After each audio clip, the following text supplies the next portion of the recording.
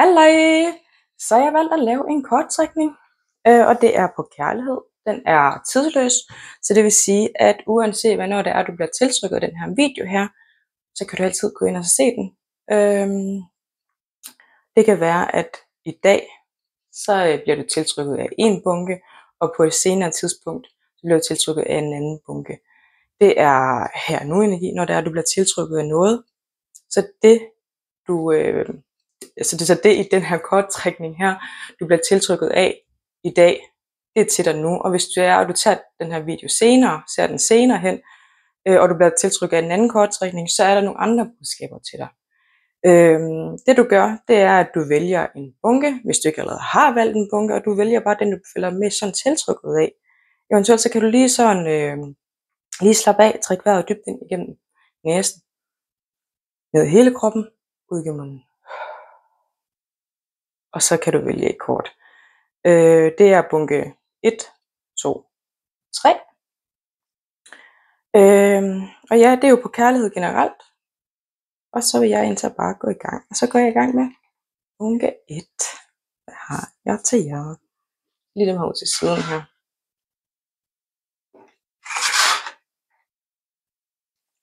Bunke 1. Bunke 1. Okay.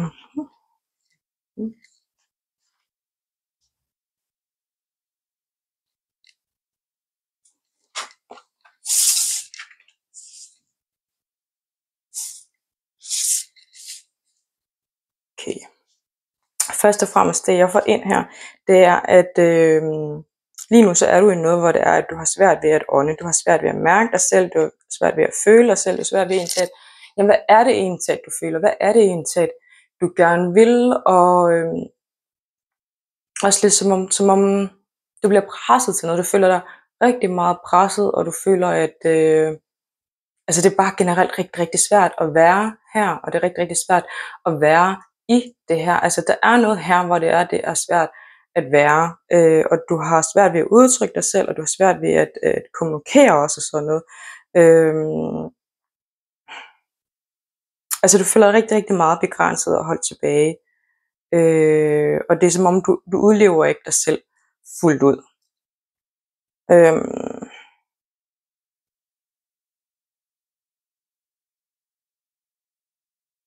Ja, altså grunden til, at du egentlig ikke gør det, det er, at det jeg ser, jamen der er jo en hel masse skyggesider, en masse sider af dig selv, som du faktisk ikke selv vedkender, og faktisk ikke selv lader at komme frem, ikke selv lader at komme ud til verden. Så du er utrolig meget bundet af, altså sådan, de her skygger her med, og de her kasser, og det her med, jamen du er sådan her, og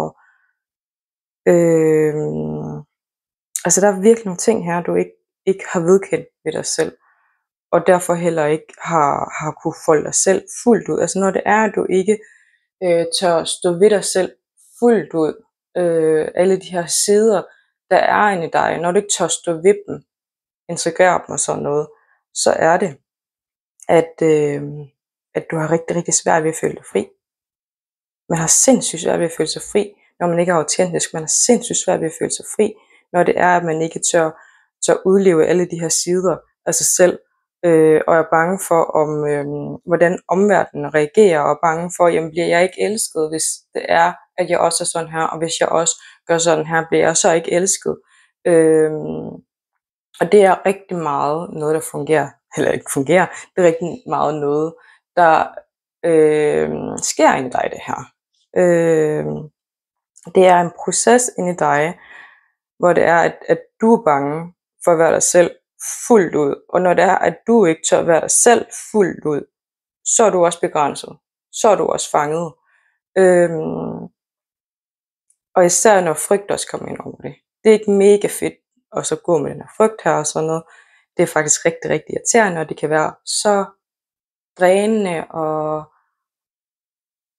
der kan være så mange følelser, der kommer frem i en, som man har svært ved at håndtere, som vrede og kederlighed og sorg og sådan noget, fordi man faktisk slet ikke udlever den person, man er. Man udlever slet ikke den, der man egentlig er.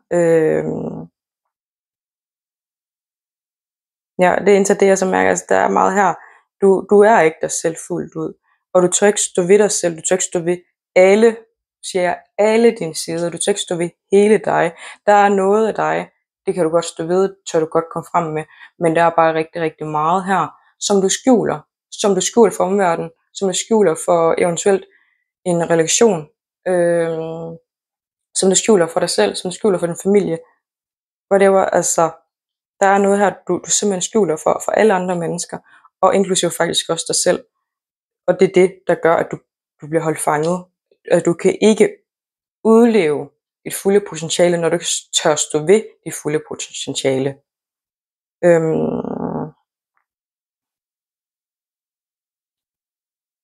Og grunden til, at jeg indsat ser, at du ikke tør stå ved de her sider her og sådan noget, altså det føles som om, at vi skal hen til noget karma, noget her. Noget karmisk. Altså det er som om, vi skal tilbage i tidligere liv, hvor det var, at der var noget her, du ikke måtte gøre, og noget her, du ikke kunne gøre. Så vi skal hen helt tilbage i tidligere liv. Altså der er også noget fra barndommen af her, hvor det er, at du blev lukket ned for med nogle ting, du ikke måtte være. Men der er også rigtig, rigtig meget fra fortiden af, hvor det var, at der var rigtig mange ting her, man ikke måtte gøre, man ikke måtte være. Altså der har været meget mere, at sådan og sådan og sådan skulle man være førhen. Så nu, når det er, at vi er i sådan i moderne tid nu, ikke, hvad man skal kalde det, så har vi bare rigtig, rigtig svært ved, at må jeg godt lige pludselig, kan jeg godt lige pludselig det, og det har vi ikke helt lige sådan forstået eller fået med os. Vi lever stadigvæk her, fordi at vores sjæl har fået nogle ar her, den har fået nogle skammer her, der var noget, der gjorde ondt her, så den karma her, den sidder stadigvæk her fra tidligere liv, hvor det var, at vi blev indordnet efter at skulle være sådan her. Og hvis det var, at vi ikke var sådan, så kunne vi for eksempel risikere at blive slået ihjel, eller blive forladt, og blive udstødt fra samfundet og sådan noget. Men nu lever vi i en anden tid. Vi lever i en helt anden tid nu, at nu bliver vi ikke udstødt. Det kan godt være, at man måske mister nogle venner på det. Det kan godt være, at relationerne bliver anderledes og sådan noget i går. Men jeg kan til gengæld så også sige, hvis det er, at du mister nogle venner på det her, hvis det er, at du mister nogle relationer på det her, så er det fordi, det ikke er et match til dig. Så er det fordi, at de har rigtig, rigtig svært ved, at du er hele dig. Og ved du hvad? Så kommer der nogle andre til dig. Så kommer der nogle andre til dig, det skal du slet ikke være bange for. Der er noget helt andet til dig, hvis det er, at du mister noget. Så i princippet, så kan du sige, at du mister ikke noget. Til gengæld, så er der noget, du får. Men for det er, at du kan få noget, så bliver du også nødt til at give slip på noget her. Og først og fremmest, så skal du give slip på din frygt. Jeg kan godt forstå, at du er bange. Du behøver ikke være bange. Giv slip på frygten, i hvert fald. Og tillad dig selv at være dig selv fuldt ud i den takt, som du nu finder dig selv i, ikke?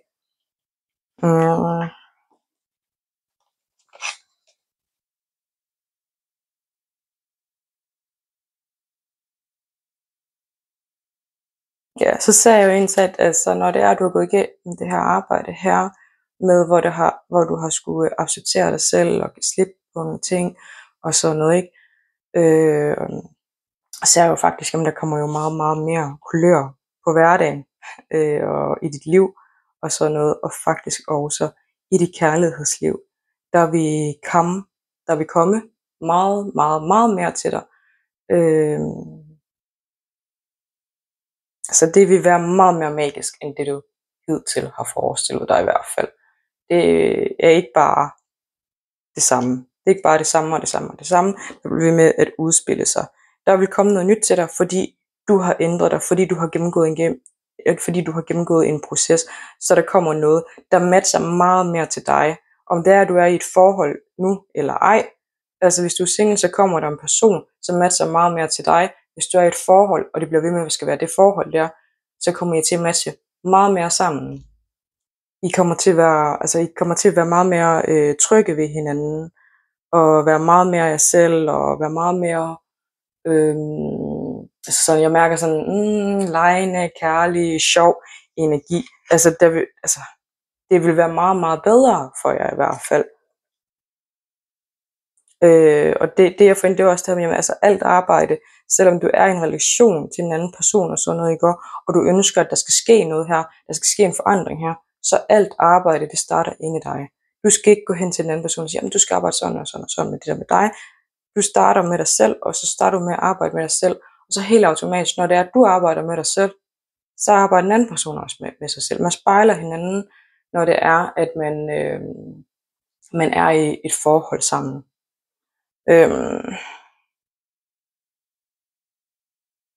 Ja, og så få ind her, jamen du er ikke alene, og du kommer ikke til at gå din vej helt alene. Der er masser af kærlighed til dig, masser af overflod til dig. Der er gode ting til dig. Det skal du ikke være bange for.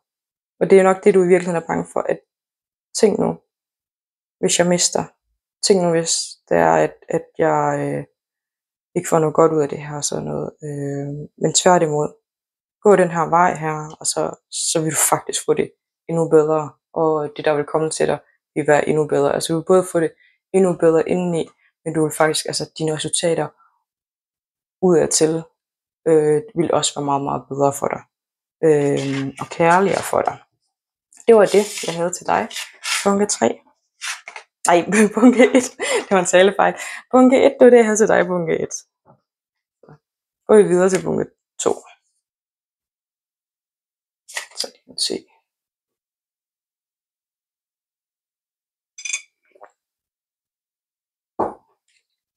Nå, bunke 2.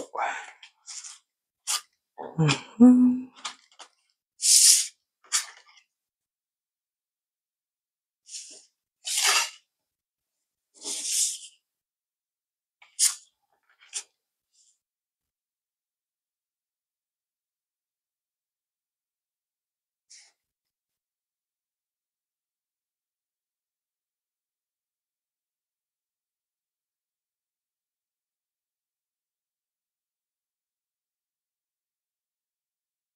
Okay, først og fremmest, så mærker jeg jo en længsel i dig. Jeg mærker en stor, stor længsel, at der er noget, du virkelig længes efter og sådan noget. Og det er ligesom om, jamen, at du er gået i stå, du er gået i dvale. Du får ikke det, du ønsker, du får ikke det, du længes efter. Og det er som om, du får ikke den kærlighed, du længes efter. Du får ikke den intimitet, der du længes efter. Og det er som om, det jeg mærker, der er noget her, at du længes efter virkelig at blive set og blive hørt, og en anden form for noget nydelse, og så sådan noget. Altså, der er virkelig stor længsel i dig, og der er noget længsel efter noget dybere. Så du går i stå. Du går i stå, fordi det er som om, du får ikke den her længsel her, du får ikke det der, du ønsker. Og det gør sindssygt ondt. Det gør så ondt, at du ikke får det her.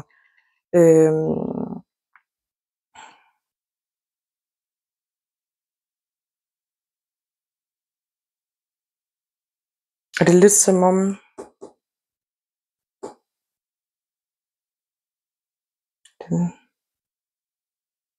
det er lidt som om, at det er som om, du giver en anden person skylden, eller andre mennesker skylden, for at det her herover, det får du ikke dækket, det her herover, det får du ikke til at gå i opfyldelse. Og det er den anden skyld. Det er som om, at altså, du har fuldstændig afskærmet dig for det her med, hvordan kan du selv sørge for at få det her? Hvordan kan du selv sørge for at få dækket det her behov her og sådan noget? Så det er ligesom, jamen, altså, det er bare den anden skyld, og det er 100% den anden skyld. Og der er en kæmpe stor smerte i det her, det gør sindssygt ondt. Det gør så ondt.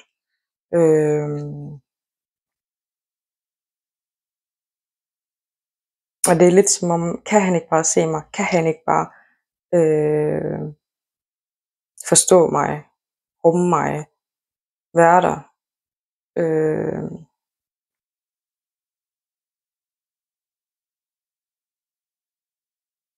Ja. Det er i hvert fald noget, der gør rigtig, rigtig ondt.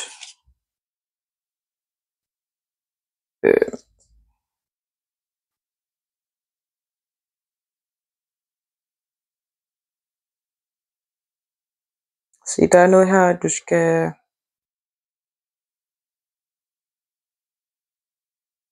Ja, du skal flytte dig fra situationen i hvert fald. Jeg mærker, at du svinger lidt. Nå. Ja, du skal flytte dig fra situationen. Den her situation her, den gavner dig ikke. Det er ikke nødvendigvis forholdet, du skal flytte dig fra, men det er situationen, du skal flytte dig fra. De her tanker her, de her følelser her, du bliver nødt til at flytte dig, du bliver nødt til at rykke dig. Du kan ikke bare sidde fast her, fordi ellers så bliver du ved med at sidde fast der, og du bliver ved med at sidde fast der, indtil det er, at du på et tidspunkt flytter dig, indtil det er, at du på et tidspunkt vælger, nu vil du noget andet, nu gør du noget andet og sådan noget i går. Så det du starter med, du bliver simpelthen nødt til at flytte dig, og du skal flytte fokus, og du skal flytte fokus væk fra den anden part for det første, og så hen til dig selv. Fokus, det skal altid være 100% på dig selv. Så du skal flytte fokus hen til dig selv.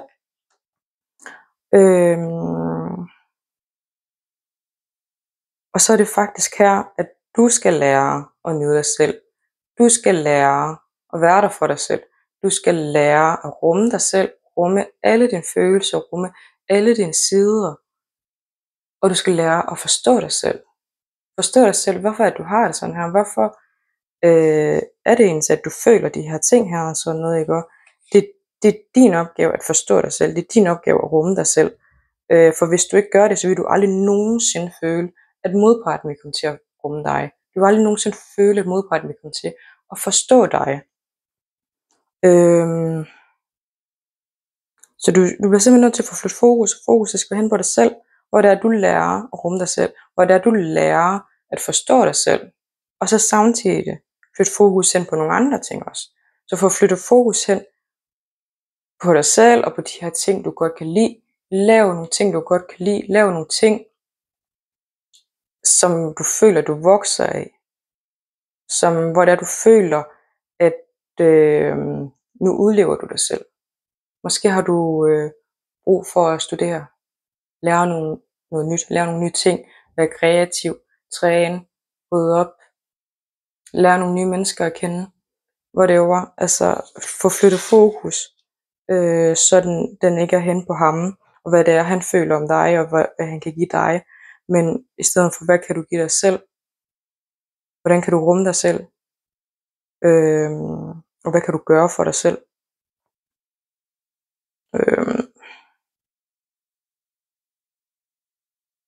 Så er der også den her med slap af. Slap lidt af. Slow down. Så skru lidt ned og slap lidt af. Alting, det behøver ikke være så forhastet og skal være lige nu og her og sådan noget. Det jeg mærker, det er jo, jamen det hele skal nok gå. Bare slap lidt af. Du skal ikke reagere i følelsernes vold. Få flyttet fokus, når det er, at du er i følelsernes vold. Når det er, at der er en hel masse følelser og sådan noget. Så få flyttet fokus. Og så gøre noget andet. Få reguleret de her følelser her. Lad være med at reagere, mens du er i følelserne. Fordi når du reagerer ud fra en følelse, og det kommer til at gå ud over en anden person, altså der er en anden person, der bliver involveret i de her følelser, mens du har følelserne, så kan bølgerne altså godt komme til at gå højt. Man kan komme til at skubbe den anden person væk.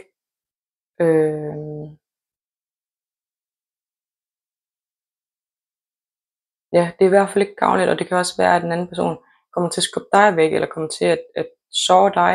Fordi når det er, at du reagerer i følelsens vold, så kan du også regne med, jamen så reagerer den anden part også i følelsernes vold.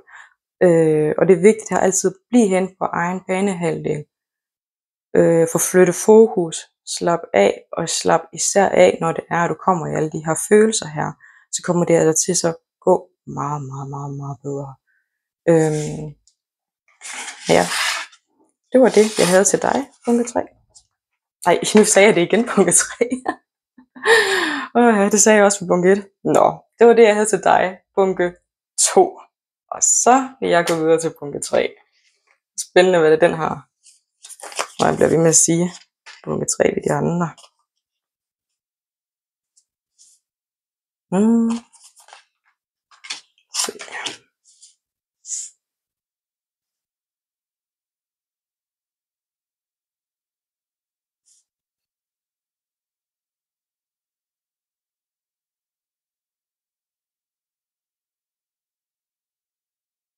Okay, for dig bunke 3.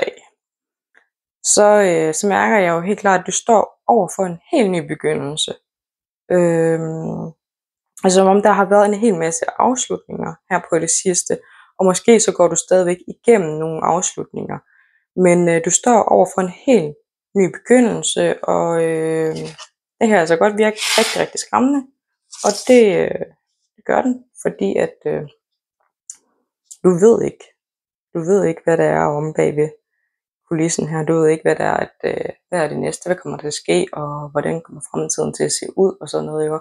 Det er faktisk der, det hele bliver meget sløret, og du bliver meget forvirret, og du bliver også der med, er det rigtige, eller er det ikke det rigtige, fordi du simpelthen ikke kan se fremtiden. Og så er det indtil bare, det bliver endnu mere sløret, fordi det skaber forvirring. Det skaber forvirring, fordi du ikke kan se den her fremtid her, og se, hvad er der indsat her. Men der er en helt ny begyndelse. Så du står over for en helt ny begyndelse, med nogle ting, du faktisk ikke kender til.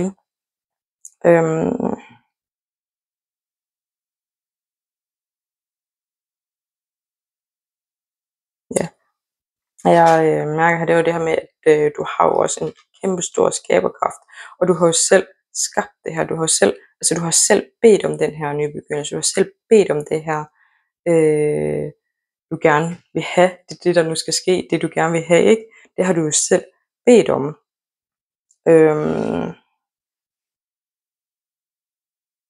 Og det du gør, det er, at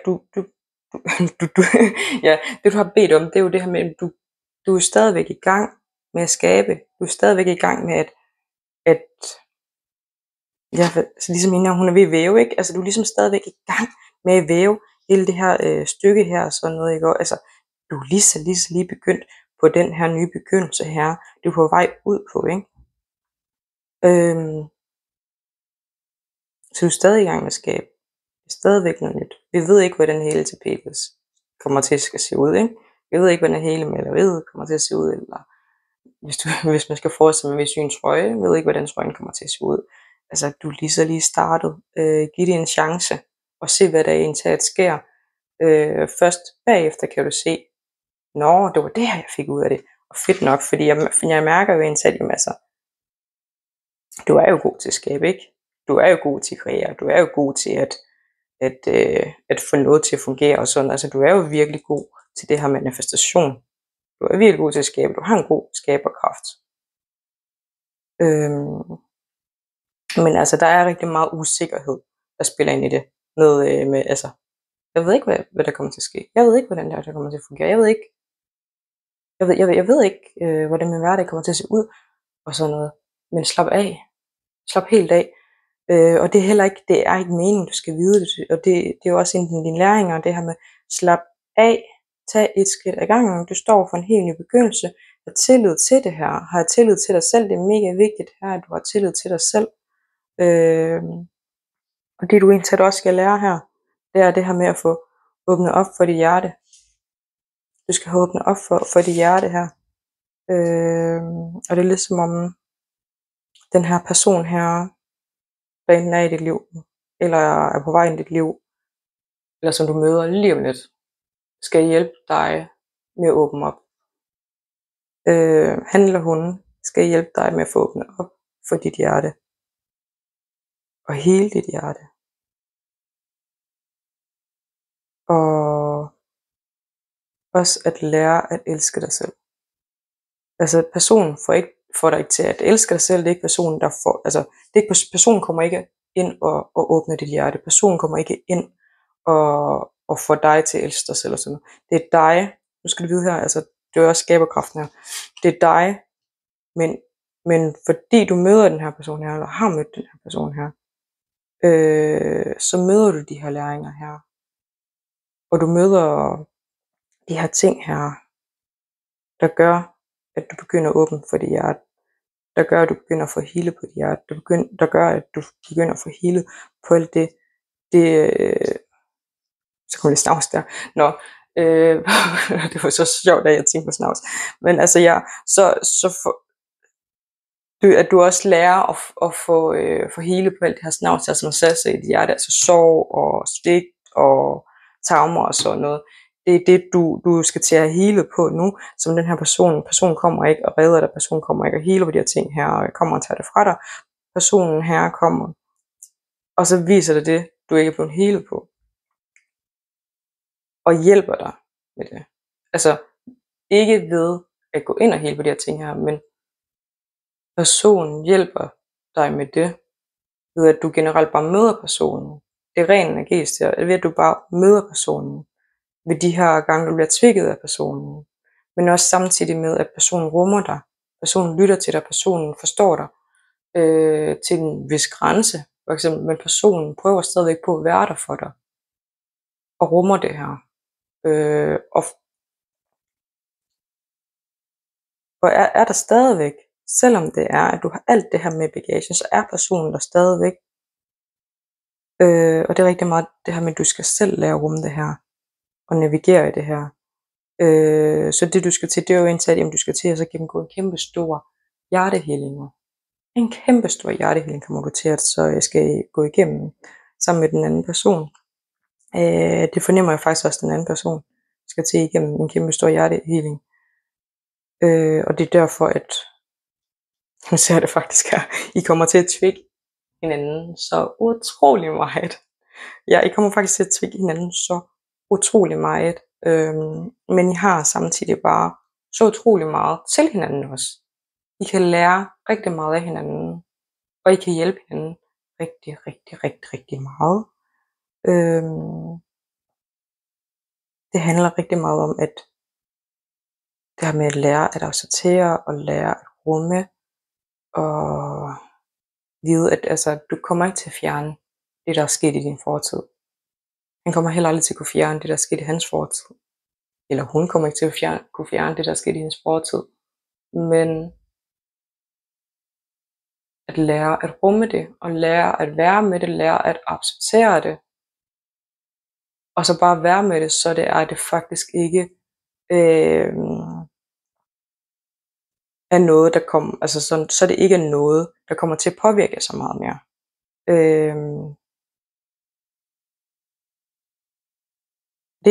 Der er en kæmpe stor rejse for jer begge to her i hvert fald. Kæmpe stor healingsrejse, hvor I begge to skal ind og så arbejde med noget hjertechakra, healing og traumer og alt sådan noget her.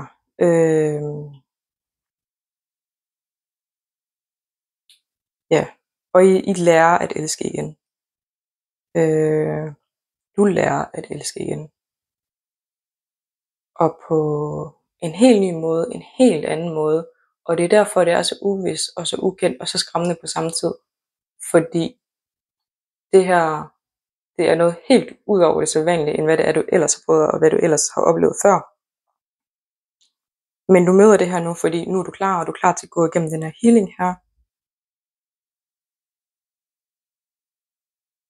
Og så opleve kærligheden på en helt anden måde, end hvad det er, du nogensinde har gjort.